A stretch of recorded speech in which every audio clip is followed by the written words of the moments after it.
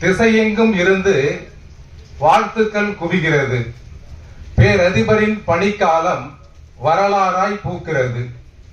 தலைமகனின் பேரன்பு எங்கும் தெரிகிறது. தமிழ்ச்சங்கம் தலைவணங்கி வாழ்த்தி மகிழ்கிறது. புது புது சிந்தனைகள் பேரதிபரிடம் பிறக்கிறது. சென்னை துறைமுகம் புது யுகம் படைக்கிறது.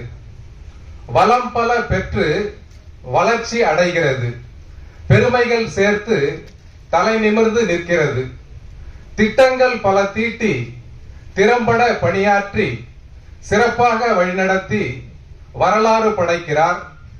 திடமான மனதோடு தெளிவாக முடிவெடுத்து வெற்றியை தனதாக்கி சாதனை படைக்கிறார். கட்டடங்கள் புதுப்பிக்க கட்டளைகள் பிறப்பித்தார். வாகன நிறுத்துமிடம் வருவதற்கு வழிவகுத்தார். சமூக வளர்ச்சிக்கு தேவையான நிதி அளித்தார். கல்வி வளர்ச்சியில் கண்ணாக அவர் இருந்தார்.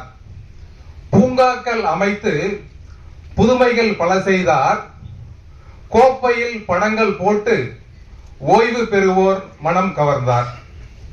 கணினியில் மேன்மை பெற களமதை அமைத்து தந்தார்.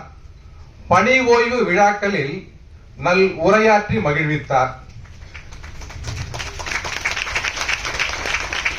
தமிழ்ச்சங்க நிகழ்ச்சிகளில் தவறாமல் பங்கெடுத்தார். தமிழின் உயர்வுக்கு துணையாக அவர் நின்றார். நிமிர்ந்த நடையும் நேர்கொண்ட பார்வையும் வசீகர தோற்றமும் கனிவான மனமும் கொண்டு எண்ணற்ற சாதனைகள் எப்போதும் படைக்கும் எங்கள் பேரதிபர் வாழ்க வாழ்க வாழ்கவே. சென்னை துறைமுக தமிழ்ச்சங்கம். இந்த வாழ்த்து மடலை நம் அனைவரது சார்பாக பேரதிபர் ஐயா அவர்களுக்கு வழங்குமாறு சென்னை துறைமுக தமிழ்ச்சங்க தலைவர் அவர்களை அன்போடு அழைக்கிறேன்.